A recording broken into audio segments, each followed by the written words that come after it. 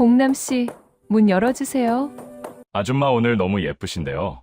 그가 시선을 떼지 못했습니다. 이 치마요? 26년 만에 처음 입어봤어요.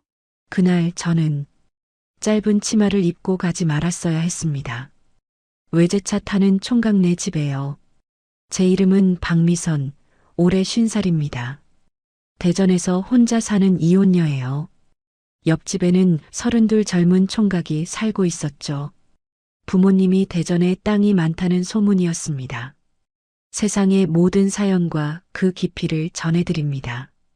구독과 좋아요 부탁드립니다. 이것은 2번의 결혼, 2번의 도망, 그리고 늦게 찾아온 마지막 사랑 이야기입니다. 부끄럽지만 진실한 한 여자의 고백을 들어주세요. 하늘 같은 사연, 지금 시작합니다. 저는 경상도 작은 농촌 마을에서 태어났습니다. 초등학교만 겨우 마치고 집안일을 거들며 20살까지 살았어요. 그 시절엔 여자아이에게 공부가 무슨 소용이냐는 분위기였죠. 부모님은 딸이 시집만 잘 가면 된다고 생각하셨습니다. 20살 되던 해봄이었어요. 중매로 첫 남편을 만났습니다. 상대는 같은 동네 26살 남자 김영수였고 얼굴도 그리 나쁘지 않았으며 집안도 괜찮다는 소문이었어요. 혼례를 치르고 시댁으로 들어갔을 때만 해도 저는 평범한 결혼 생활을 꿈꿨습니다. 하지만 신혼의 달은 불과 3달 만에 깨져버렸어요. 남편은 결혼 전부터 술과 도박에 빠져 있었고 그 사실을 시댁에서도 친정에서도 제대로 알지 못했던 거죠. 처음 남편이 술에 취해 들어온 날 그는 제게 반말을 하며 밥상을 엎어버렸습니다. 이게 뭐야? 이런 걸 먹으라고 차린 거야? 그날 밤 저는 처음으로 남편의 주먹을 맞았어요. 뺨을 맞고 벽에 머리를 부딪혔지만 누구에게도 말할 수 없었습니다. 시어머니는 말했죠. 남자들은 원래 그렇다. 내가 잘하면 된다. 친정에 말하면 못난 것이 시집살이도 못한다는 소리를 들을까 두려웠어요. 그렇게 4년을 버텼습니다. 술 먹고 들어오는 남편을 피해 다니고 도박빚을 갚느라 친정에서 몰래 돈을 빌려오기도 했죠. 어느 겨울밤이었습니다. 남편이 또 술에 취해 들어왔고 저는 평소처럼 조용히 방으로 피하려 했어요. 그런데 그날은 달랐습니다. 남편은 제 머리채를 잡고 방바닥에 몇 번이고 내리쳤고 저는 그대로 정신을 잃었죠. 눈을 떴을 때는 친정방이었어요. 어머니가 울면서 제 얼굴을 닦아주고 있었고 아버지는 밖에서 누군가와 고함을 지르고 있었습니다. 그날 이후 부모님은 이혼을 결심하셨어요. 목숨을 잃으니 차라리 이혼해라. 24, 저는 이혼녀가 되었습니다. 그 시절 이혼은 평생의 낙인이었고 동네 사람들의 수군거림 속에서 저는 고개를 들 수가 없었어요. 하지만 그래도 살아있다는 것, 그것만으로도 감사했습니다. 친정에 있기가 미안했어요. 부모님 얼굴에 먹칠만 했다는 생각에 밤마다 눈물을 흘렸습니다. 동네 사람들은 저를 볼 때마다 수군거렸고 장에 나갈 때마다 시선이 따가웠어요. 저 집 딸 이혼했다며? 시집살이도 못해서 쫓겨났대. 하지만 나는 알지 못했습니다. 지옥은 한 번으로 끝나지 않는다는 것을요. 이혼 후 1년쯤 지났을 때였습니다. 부모님은 다시 중매를 주선하셨어요. 상대는 35살 이혼남 한기철이었고 7살 난 아들 상훈이를 데리고 혼자 사는 사람이었습니다. 직업은 건설 현장 인부였고 키가 크고 어깨가 넓은 사람이었죠. 처음 맞선을 보던 날 그는 솔직하게 말했습니다. 나한테 아들이 하나 있어. 전처는 아이를 버리고 떠났고 나는 애 키우느라 바빠서 제대로 살림을 못하고 있어. 저는 그 말에 오히려 안심이 되었어요. 이 사람은 적어도 거짓말을 하지 않는구나. 그런 생각이 들었죠. 결혼을 결심한 건 그로부터 한 달 뒤였습니다. 25살, 저는 다시 한번 시집을 갔고, 이번에는 어린 상훈이와 함께 사는 삶이 시작되었어요. 한기철 씨는 새벽같이 일어나 현장에 나가고, 저는 집안일과 아이 뒷바라지를 챙기며 살았습니다. 생활은 고단했지만 평화로웠어요. 남편은 술을 마셔도 폭력을 휘두르지 않았고, 상훈이에게 다정했으며, 제게도 함부로 대하지 않았죠. 저는 상훈이를 친아들처럼 키웠습니다. 밥을 먹이고 학교에 보내고 아플 때 업고 병원에 가고 밤 늦게까지 옆에서 재우며 살았어요. 상훈이도 점점 저를 엄마라고 불렀고 저는 그 소리가 좋았습니다. 그렇게 2년, 3년이 흘렀지만 우리 사이에는 아이가 생기지 않았습니다. 남편은 병원에 가보자고 했어요. 검사를 받은 건 저였습니다. 결과는 충격적이었어요. 자궁 기형이 있고 난소 기능도 약해서 임신 가능성이 거의 없습니다. 의사의 목소리가 차갑게 들렸습니다. 그 순간 저는 세상이 무너지는 것 같았어요. 첫 남편과의 사이에서도 아이가 없었던 이유가 바로 저 때문이었던 거죠. 진료실을 나와 복도에 주저앉았습니다. 눈물이 멈추지 않았어요. 나는 여자로서 무가치한 존재구나. 하지만 저는 그 사실을 남편에게 끝내 말하지 못했습니다. 아직 때가 안 된 것 같아요. 조금 더 기다려봐요. 남편은 더 이상 묻지 않았고 저는 그 비밀을 가슴속 깊이 묻어두었어요. 대신 저는 상훈이를 더 애지중지하며 키웠습니다. 친아들보다 더 정성을 쏟았고 상훈이도 저를 진짜 엄마처럼 따랐어요. 그렇게 10년, 15년이 흘렀습니다. 상훈이는 성인이 되었고 남편은 40을 넘기며 몸이 예전 같지 않다고 했죠. 현장 일이 힘들어졌고 저녁에는 소주 한두 잔씩 마시기 시작했습니다. 처음에는 그냥 피로를 푸는 정도였어요. 하지만 35살이 되던 해 뭔가 달라지기 시작했습니다. 술을 마시는 양이 늘었고 집에 들어오는 시간이 늦어졌어요. 그리고 술버릇이 나빠지기 시작했죠. 밥이 왜 이 모양이야? 집안일밖에 안 하면서 이것도 못해? 처음엔 그냥 말뿐이었습니다. 하지만 40이 되던 해 첫 번째 폭력이 시작되었어요. 술에 취해 들어온 남편이 밥상을 엎었고 제 뺨을 때렸습니다. 그 순간 20살 때의 기억이 되살아났어요. 또 시작이구나. 하지만 다음날 남편은 무릎을 꿇고 사과했습니다. 미안해. 술 먹고 정신이 없었어. 다시는 안 그럴게. 저는 용서했어요. 한 번의 실수라고 생각했죠. 하지만 폭력은 두 번째, 세 번째 이어졌습니다. 그리고 점점 더 뺨을 때리던 게 주먹이 되었고 주먹이 발길질이 되었습니다. 상훈이는 알고 있었어요. 아버지가 엄마를 때린다는 걸요. 25살이 된 상훈이는 가끔 아버지를 말렸지만 술에 취한 한기철은 아들의 말도 듣지 않았습니다. 너는 가만히 있어. 이건 부부 문제야. 저는 또다시 참았습니다. 이혼할 용기가 없었어요. 어디로 가야 할지, 어떻게 살아야 할지 막막했습니다. 45살, 저는 이미 늙어버렸고 갈 곳도 없었으니까요. 그렇게 40대 후반까지 버텼습니다. 남편의 폭력은 점점 더 심해졌고 저는 하루하루 견디는 것만으로도 지쳐갔어요. 밤마다 천장을 바라보며 생각했습니다. 이대로 죽는 건 아닐까?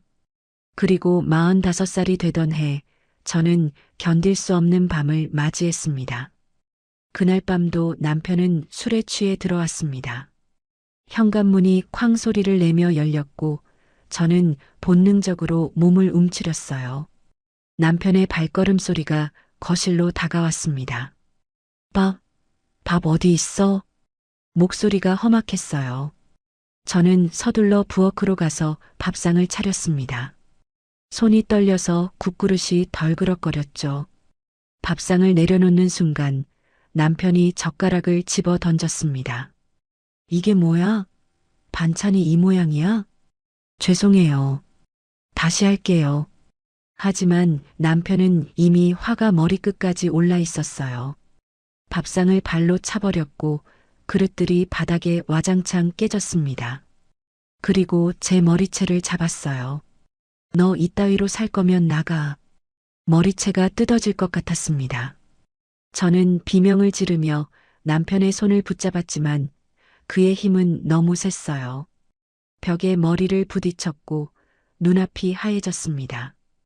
그때였어요. 문이 열리는 소리가 들렸습니다. 아버지, 그만하세요. 상훈이었어요. 25살 상훈이가 아버지와 저 사이에 끼어들었습니다. 상훈이는 아버지의 팔을 붙잡으며 소리쳤어요. 엄마한테 왜 이러세요? 그만하시라고요. 너는 가만히 있어. 이건 우리 부부 일이야. 부부가 이래도 돼요? 엄마가 얼마나 힘들게 사는데요.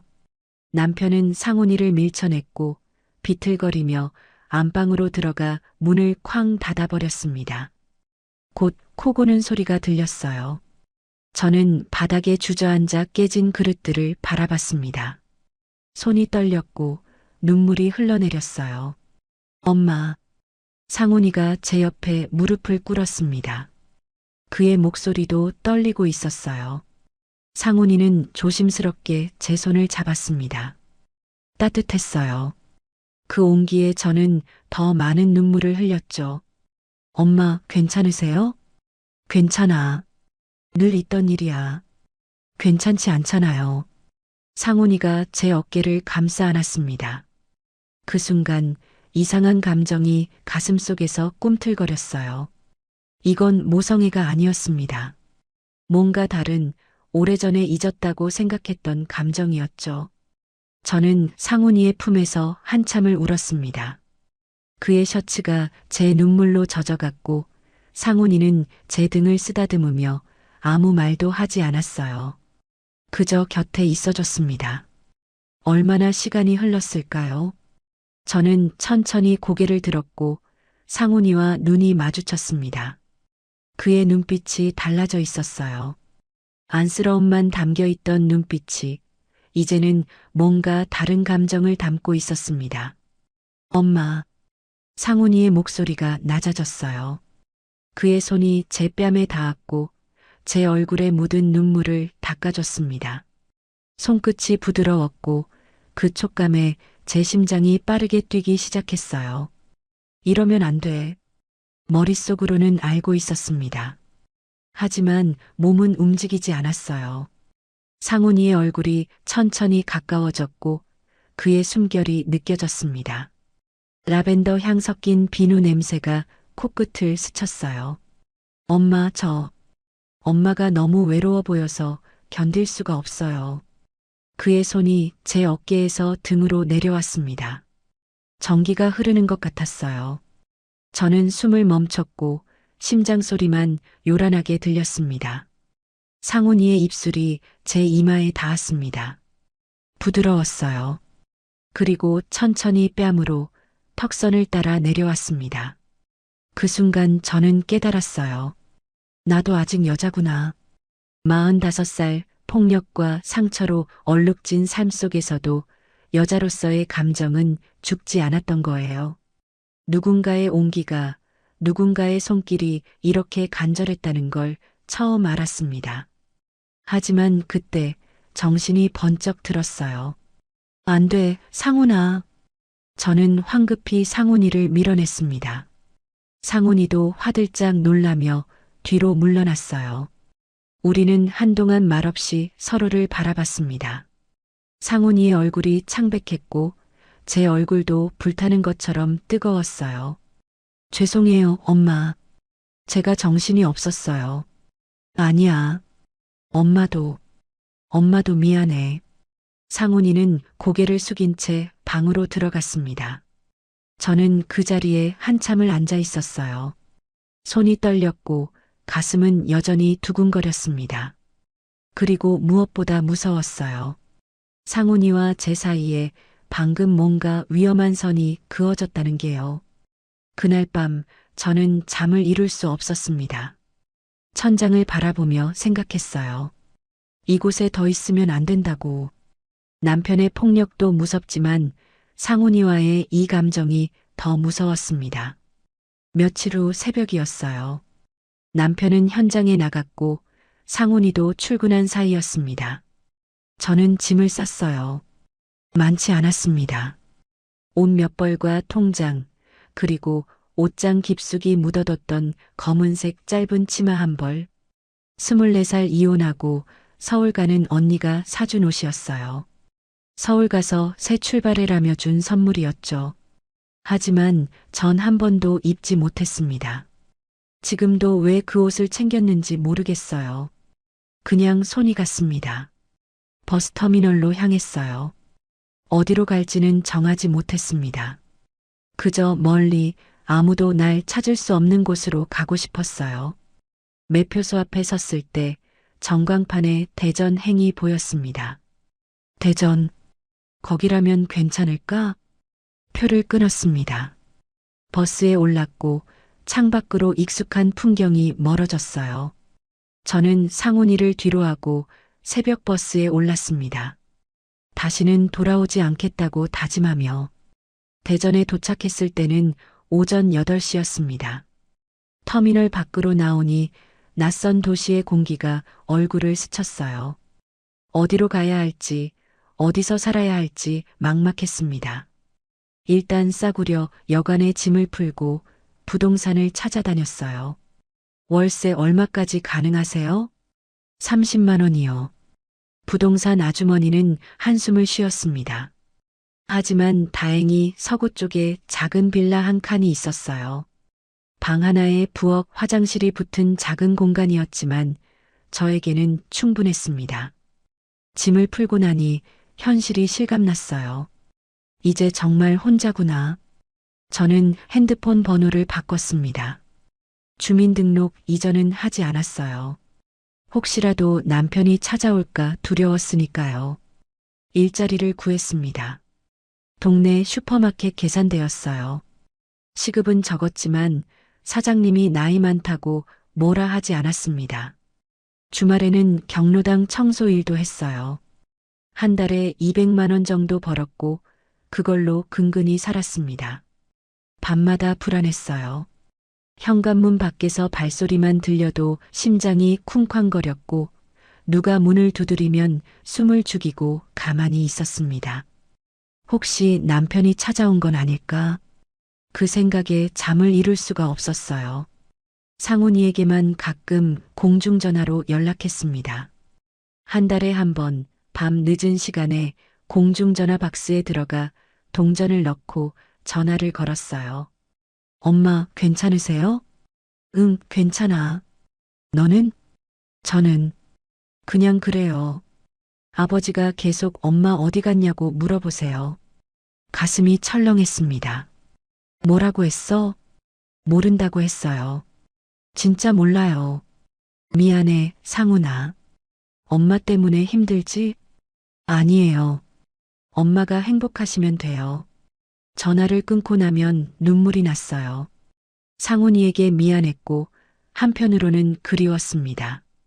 하지만 돌아갈 수는 없었어요. 그날 밤의 기억이 떠올랐고 그 위험한 감정이 다시 살아날까 두려웠습니다. 그렇게 5년이 흘렀어요. 45에서 50살이 되었습니다. 거울을 볼 때마다 늙어가는 얼굴이 보였어요. 주름이 깊어졌고 머리카락엔 흰머리가 섞였습니다. 손은 공장일과 청소로 거칠어졌고 허리도 자주 아팠어요. 나는 이제 정말 여자로서 끝났구나. 그렇게 생각하며 살았습니다. 동네 경로당 언니들이 소개팅을 주선해 줄 때도 있었지만 마음이 움직이지 않았어요. 몇 번 만나본 적도 있었지만 공허했습니다. 몸만 섞였을 뿐 마음은 채워지지 않았어요. 그러던 어느 봄날이었습니다. 옆집에 이사 오는 사람이 있다는 소리를 들었어요.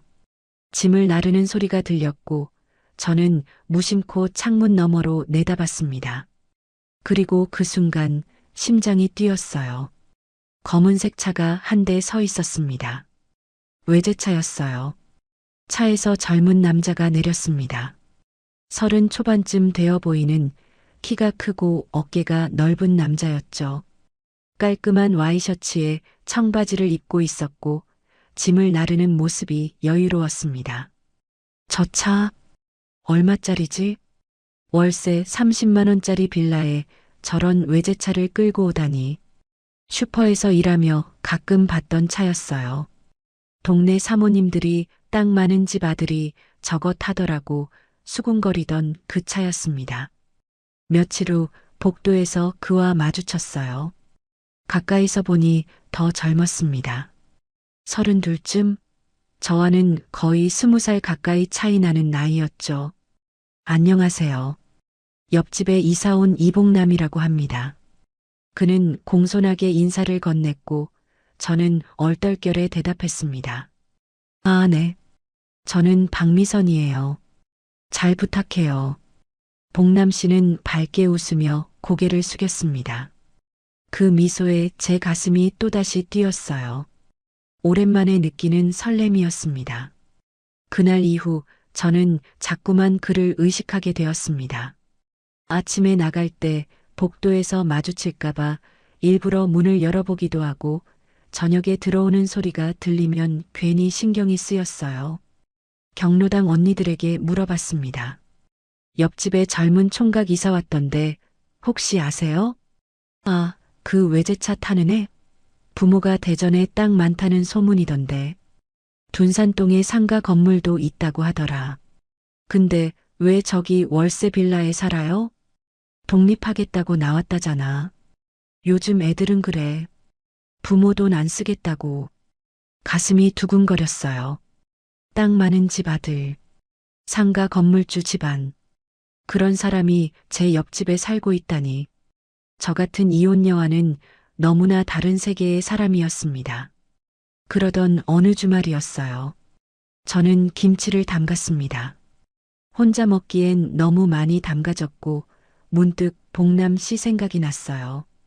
작은 통에 김치를 덜어서 그의 집 문 앞에 놓았습니다. 쪽지도 하나 붙였죠. 혼자 사시니 반찬이 없을 것 같아서요. 맛있게 드세요.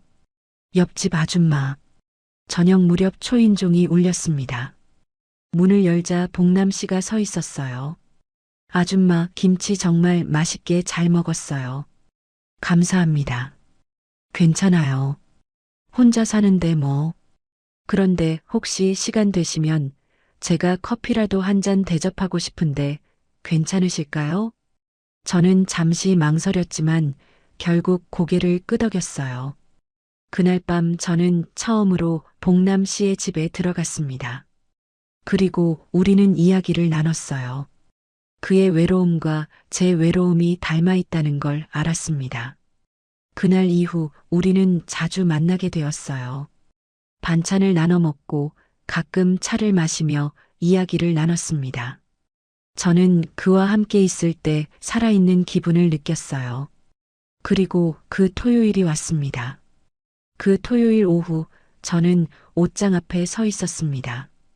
한참을 망설이다가 옷장 깊숙한 곳으로 손을 뻗었어요. 먼지가 쌓인 옷걸이 뒤편에 비닐에 쌓인 옷 한 벌이 있었습니다. 검은색 짧은 치마였어요. 24살, 첫 이혼 직후 서울 가는 언니가 사준 옷이었습니다. 언니는 그때 제 손을 잡으며 말했었죠. 미선아, 서울 가서 새 출발해라. 이 옷 입고 당당하게 살아. 하지만 전 서울에 가지 못했어요. 용기가 없었습니다. 그리고 이 치마도 한 번도 입지 못했죠. 24살의 저는 이미 이혼녀였고 이런 옷을 입을 자격이 없다고 생각했으니까요. 26년이 흘렀습니다. 비닐을 벗기자 새 옷 냄새가 여전히 났어요. 저는 그 치마를 들고 거울 앞에 섰습니다. 입어볼까? 손이 떨렸어요.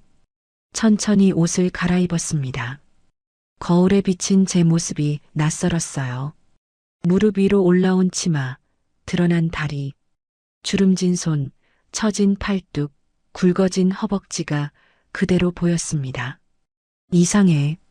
50살이 이런 걸 입으면 우스워. 치마를 벗으려고 손이 갔습니다. 하지만 멈췄어요. 거울 속 제 눈을 바라봤습니다. 그 눈엔 간절함이 담겨 있었어요. 나도 여자로 보이고 싶어. 복남 씨의 얼굴이 떠올랐습니다. 외제차 타는 32 총각. 땅 많은 집안 아들. 저 같은 이혼 여아는 너무 다른 세계의 사람이었죠. 하지만 그가 제게 친절했고 제 김치를 맛있다고 했으며 제 이야기를 들어줬습니다. 오늘 하루만 여자로 보이고 싶어. 립스틱을 발랐습니다. 20년 묵은 립스틱이었지만 아직 발렸어요. 머리도 빗었고 향수 대신 핸드크림을 손목에 발랐습니다. 거울을 보니 조금은 나아 보였어요. 부엌으로 갔습니다. 부침개를 붙였어요. 손이 계속 떨렸습니다. 밀가루가 앞치마에 묻었고 기름이 튀어 손등을 데웠지만 아프지 않았어요. 부침개가 노릇노릇하게 익었고 접시에 담았습니다. 소주 한 병도 챙겼어요. 복남 씨의 집 앞에 섰습니다. 초인종이 바로 앞에 있었지만 손이 떨려서 누를 수가 없었어요. 돌아갈까? 하지만 발이 움직이지 않았습니다. 다시 거울에 비친 제 다리를 내려다봤어요. 26년 만에 드러낸 다리.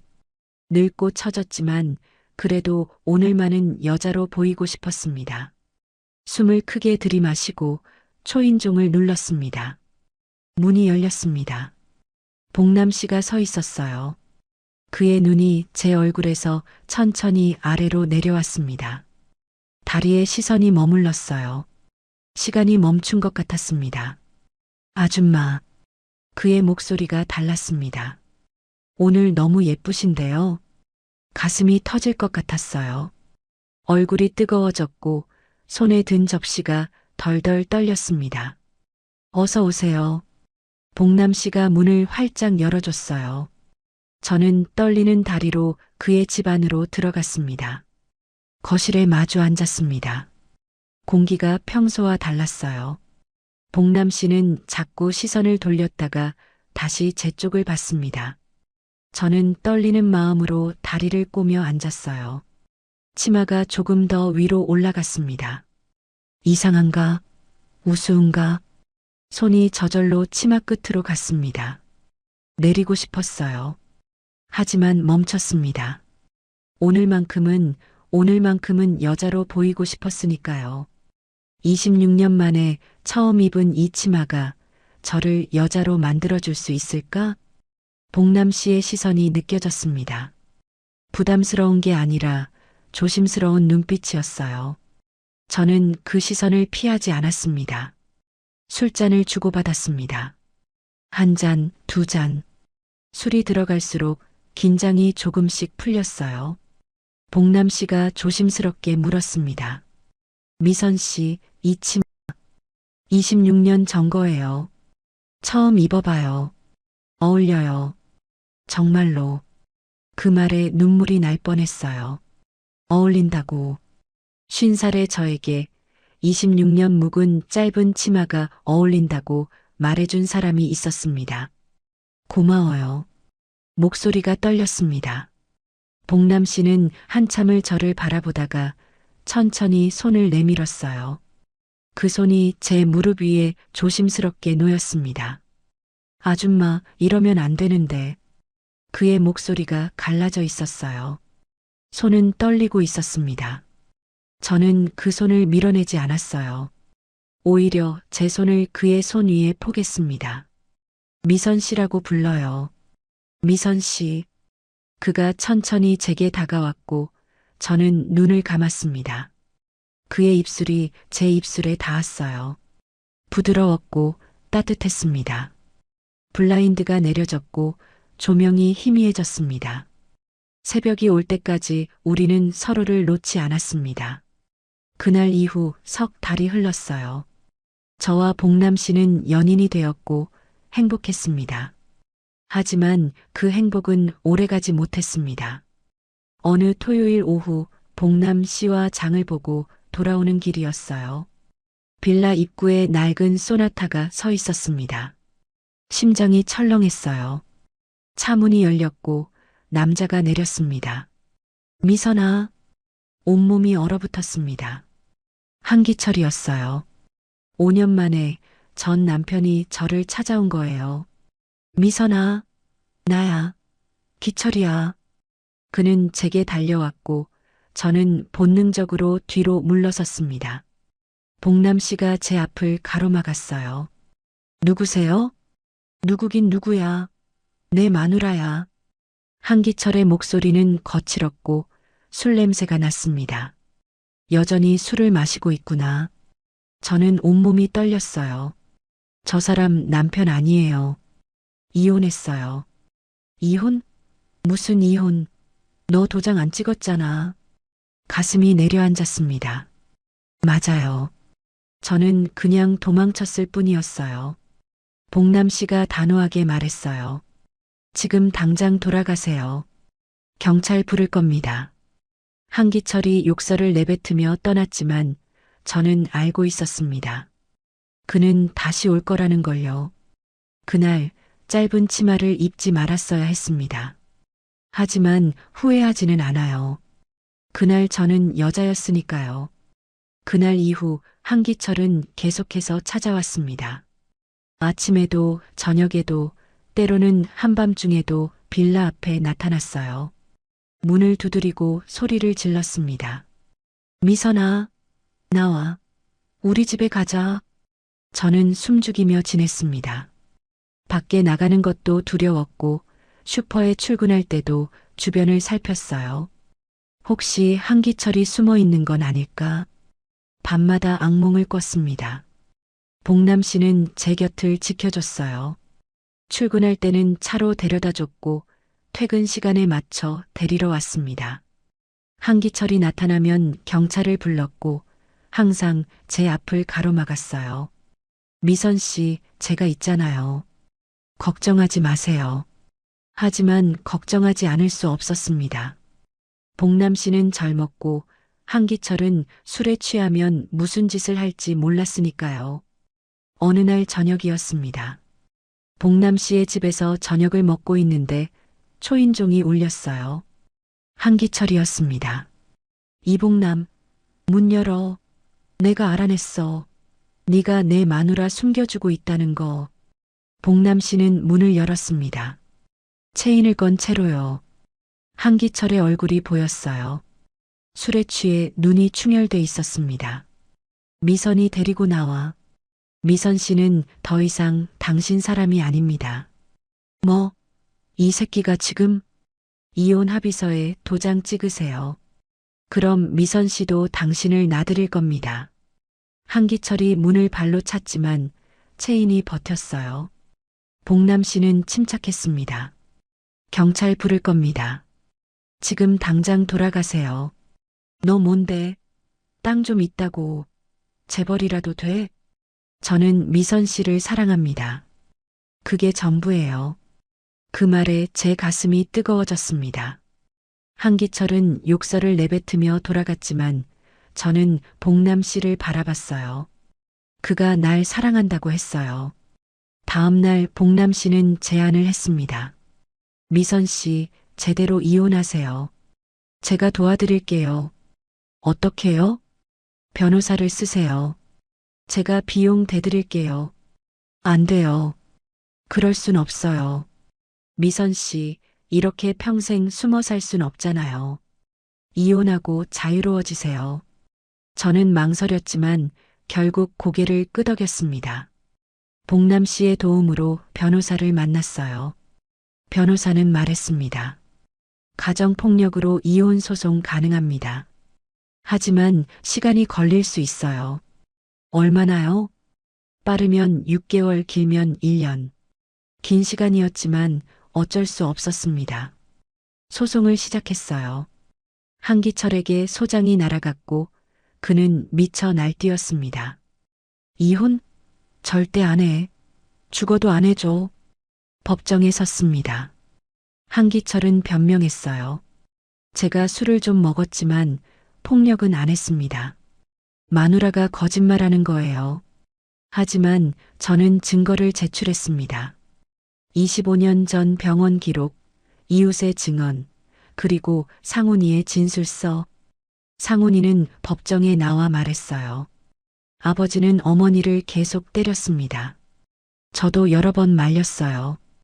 한기철의 얼굴이 일그러졌습니다. 판사는 이혼을 인정했고 위자료 300만 원을 명령했어요. 많지 않은 돈이었지만 저는 상관없었습니다. 자유가 더 중요했으니까요. 법원을 나오는 길이었습니다. 한기철이 저를 막아섰어요. 미선아, 땅 부자 만났다며? 내가 이혼녀 주제에? 그 말에 복남 씨가 앞으로 나섰습니다. 미선 씨는 제게 소중한 분입니다. 당신이 뭐라 해도 상관없어요. 이 새끼가 진짜. 한기철이 주먹을 휘둘렀지만 복남 씨는 피했습니다. 경비원들이 달려왔고 한기철은 끌려갔어요.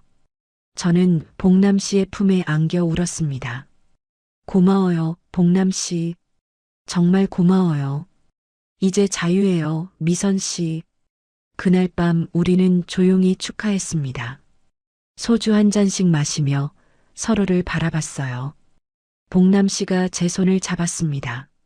미선 씨, 저는 진심이에요. 나이 차이는 중요하지 않아요. 하지만 전 50살이고 복남 씨는 상관없어요. 전 미선 씨가 좋아요. 가슴이 벅차올랐습니다. 저를 이렇게 지켜준 사람이 있다는 게, 사랑한다고 말해준 사람이 있다는 게 믿기지 않았어요. 하지만 행복은 오래가지 못했습니다. 일주일 후였어요. 복남 씨가 심각한 얼굴로 저를 찾아왔습니다. 미선 씨, 부모님이 알게 됐어요. 뭐요? 우리 관계요. 누가 부모님한테 말한 것 같아요. 가슴이 철렁했습니다. 그래서요? 부모님이 반대하세요. 많이요. 복남 씨의 목소리가 떨렸습니다. 저는 알았어요. 이제 진짜 시련이 시작된다는 걸요. 50살 이혼녀라고요? 안 돼. 절대 안 돼.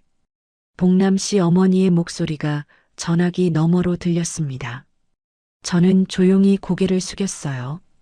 복남 씨가 제 손을 꼭 잡았지만 저는 알고 있었습니다. 이 사랑은 오래가지 못할 거라는 걸요. 행복은 너무 짧았습니다. 복남 씨 부모님은 다음 날 대전으로 내려왔습니다. 고급 세단이 빌라 앞에 섰고 정장을 차려입은 부부가 내렸어요. 어머니는 명품 핸드백을 들고 있었고 아버지는 묵묵히 담배를 피우고 있었습니다. 저는 창문 너머로 그 모습을 봤어요. 저와는 너무나 다른 세계의 사람들이었습니다. 복남 씨는 밤늦게 제게 왔습니다. 얼굴이 창백했어요. 미선 씨, 죄송해요. 부모님이. 괜찮아요. 당연한 일이에요. 하지만 괜찮지 않았습니다. 복남 씨는 제 손을 꼭 잡았어요. 제가 설득해 볼게요. 시간이 좀 걸리겠지만. 복남 씨, 네. 부모님 말씀이 맞아요. 복남 씨가 저를 바라봤습니다. 저는 미소 지으며 말했어요. 전 50살 이혼녀예요. 복남 씨는 32이고 부모님이 딱 많은 집안 아들이죠. 우리는 처음부터 어울리지 않았어요.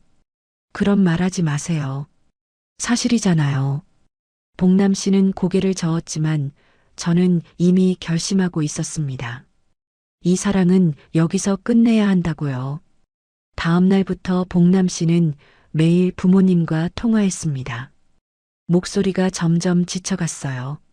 저는 그 모습을 보며 가슴이 아팠습니다. 복남아, 소개팅 자리 잡았어. 이번 주 토요일에 만나봐라.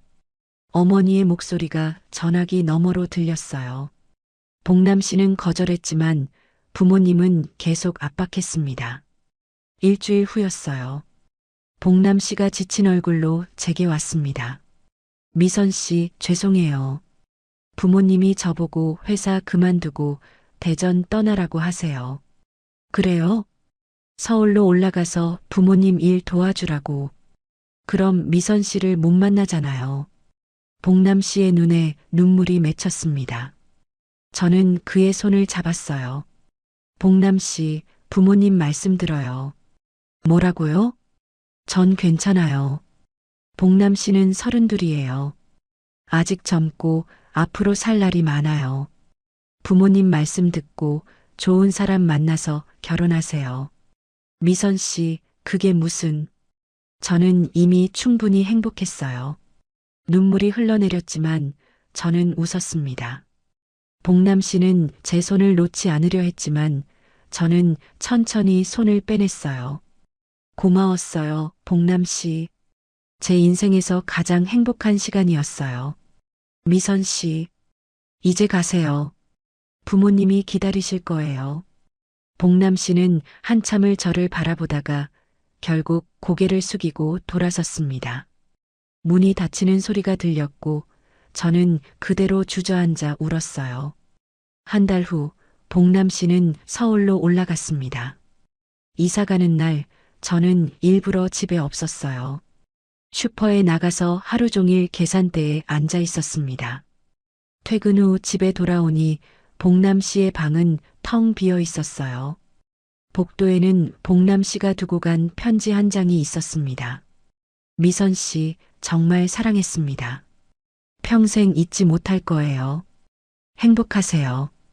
저는 그 편지를 가슴에 안고 한참을 울었습니다. 석 달 후였어요. 경로당 언니가 제게 물었습니다. 미선아, 옆집 살던 그 총각 결혼한다며? 슈퍼에서 누가 그러던데. 가슴이 철렁했습니다. 서울에서 이번 주에 결혼식 올린대. 신부가 29이라던데. 예쁘다고 하더라. 32과 29. 어울리는 나이였어요. 잘 됐네. 저는 속으로 중얼거렸어요. 정말 잘 됐다고, 복남 씨는 행복해야 한다고 스스로를 다독였습니다. 결혼식 날이었어요. 저는 슈퍼에 나가지 않고 집에 있었습니다. 창밖을 바라보며 복남 씨를 떠올렸어요. 지금쯤 예복을 입고 있겠죠. 신부 손을 잡고 입장하고 있을 거예요. 행복해요, 복남 씨. 눈물이 흘렀지만 후회는 없었습니다. 저는 50살에 다시 여자가 되었고 누군가에게 진심으로 사랑받았으니까요. 저녁이 되었습니다. 초인종이 울렸어요. 문을 열자 택배 기사가 서 있었습니다. 박미선 씨 맞으시죠? 네. 상자 하나를 받았습니다. 보낸 사람은 이복남. 상자를 열자 작은 편지와 함께 목도리 한 장이 들어 있었어요. 미선 씨, 오늘 결혼했습니다. 하지만 제 인생에서 미선 씨를 잊을 수 없을 것 같아요. 날씨가 추워지면 이거라도 목에 둘러주세요. 평생 건강하고 행복하세요. 사랑했습니다. 저는 목도리를 목에 둘렀습니다. 따뜻했어요. 복남 씨의 온기가 아직 남아있는 것 같았습니다. 저는 그대로 소파에 앉아 한참을 울었어요. 그날 밤 저는 옷장 깊숙이 묻어뒀던 짧은 치마를 꺼냈습니다. 26년 묻어뒀다가 한 번 입었던 그 치마. 다시 입지는 않을 거예요. 하지만 버리지도 않을 겁니다. 이 치마는 제가 여자였던 순간의 증거니까요. 그로부터 다시 시간이 흘렀습니다. 지금 저는 52살이에요. 여전히 대전에서 혼자 살고 있고 슈퍼마켓에서 계산대 일을 하며 지내고 있습니다. 복남 씨가 떠난 후 옆집에는 젊은 부부가 이사 왔어요. 아기 울음소리가 들릴 때마다 저는 문득 생각합니다. 복남 씨도 지금쯤 아이가 생겼을까? 행복하게 살고 있을까? 가끔 경로당 언니들이 또 소개팅을 주선하려 하지만 저는 웃으며 거절해요. 이제 됐어요. 저는 혼자 사는 게 편해요. 거짓말은 아니에요. 정말로 혼자가 편해졌습니다. 아침에 눈을 떠서 커피를 마시고 슈퍼에 나가서 일하고 저녁에 돌아와 TV를 보다가 잠드는 일상. 평범하고 조용한 하루하루가 저는 좋습니다. 외롭지 않냐고요? 가끔은 외로워요. 밤이 되면 여전히 적막함이 밀려오고 누군가의 온기가 그리울 때도 있습니다. 하지만 견딜만해요. 그때의 기억이 있으니까요. 옷장 깊숙한 곳에는 여전히 그 짧은 치마가 걸려 있습니다. 28년이 된 옷이에요. 딱 한 번 입었던 치마. 먼지가 쌓였지만 저는 그걸 버리지 않았습니다. 가끔 옷장을 열 때마다 그 치마가 눈에 들어와요. 그럴 때마다 저는 그날을 떠올립니다. 떨리는 손으로 치마를 입고 거울 앞에 섰던 그날. 부침개를 부치며 가슴이 두근거렸던 순간. 복남 씨의 집 앞에서 망설이던 기억. 오늘 너무 예쁘신데요. 그의 목소리가 아직도 귓가에 들리는 것 같아요. 50살의 저를, 짧은 치마를 입은 저를 예쁘다고 말해준 사람. 그 한마디가 제 인생을 바꿨습니다. 그날 짧은 치마를 입고 가지 말았어야 했을까요? 지금도 가끔 생각해요. 만약 그날 입지 않았다면, 복남 씨와 그런 관계가 되지 않았다면 이렇게 아프지는 않았을까? 하지만 후회하지 않아요. 전혀요. 저는 그날 여자였습니다. 50살이었지만, 이혼녀였지만, 늙고 지쳐 있었지만, 그날만큼은 한 사람의 여자였어요. 누군가에게 사랑받았고, 누군가를 사랑했습니다. 2번의 결혼에서 저는 맞기만 했어요. 폭력 앞에서 숨죽이며 살았고, 도망치는 것밖에 할 수 없었습니다. 여자로서, 아내로서 존중받지 못했죠. 하지만 복남 씨는 달랐어요. 저를 지켜줬고 사랑한다고 말해줬으며 제 곁에 있어줬습니다. 비록 오래가지 못한 사랑이었지만 그 시간만큼은 진짜였어요. 어제 슈퍼에 젊은 여자 손님이 왔어요. 26쯤 되어 보이는 여자였는데 짧은 치마를 입고 있었습니다. 예뻤어요. 젊고 당당하고 아름다웠습니다. 그 모습을 보며 저는 생각했어요. 나도 저랬었구나. 28년 전 24살의 언니가 사준 치마를 입고 서울로 가려던 나. 결국 가지 못했지만 26년 후 다시 입었던 나. 계산을 마친 여자가 나가는 모습을 보며 저는 속으로 중얼거렸습니다.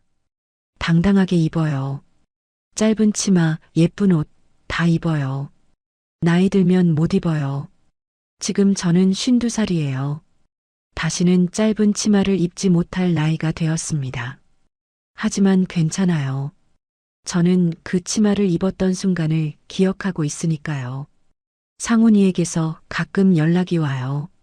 결혼해서 아이도 하나 낳았다고 합니다. 엄마, 잘 지내세요? 응, 잘 지내. 보러 갈까요? 아니야. 너는 내 가족 챙겨. 상훈이도 이제 35이에요. 제가 2번째 결혼했을 때 7살이었던 아이가 이제는 아빠가 되었습니다. 시간이 참 빠르네요. 가끔 밤에 혼자 앉아 있으면 생각해요. 내 인생은 뭐였을까? 2번의 결혼, 2번의 폭력, 1번의 도망, 그리고 짧았던 사랑. 행복했던 적이 있었나? 있었어요. 분명히 있었습니다. 복남 씨와 함께했던 그 몇 달. 짧은 치마를 입고 그의 집 문을 두드렸던 그날부터 이별하던 날까지. 그 시간은 제 인생에서 가장 빛나는 순간이었어요. 저는 지금도 살아 있습니다. 외로움 속에서도 적막함 속에서도 저는 여전히 살아 숨쉬고 있어요. 그리고 언젠가 제 인생이 끝나는 날 저는 후회 없이 눈을 감을 수 있을 것 같습니다. 왜냐하면 저는 알기 때문이에요. 나이가 들어도 상처투성이 인생이었어도 저는 한 번은 제대로 사랑했다는 것을요. 그날 짧은 치마를 입고 가지 말았어야 했을까요? 아니요. 그날 저는 여자였고 살아있었고 사랑했습니다. 그것으로 충분합니다. 여기까지가 박미선의 이야기였습니다. 50살에 다시 여자가 된 한 사람의 고백. 부끄럽지만 진실한 후회 없는 사랑의 기록이었어요. 여러분의 인생에도 후회 없는 순간이 있으신가요? 댓글로 여러분의 이야기를 들려주세요. 다음 이야기에서 또 만나요. 하늘 같은 사연이었습니다.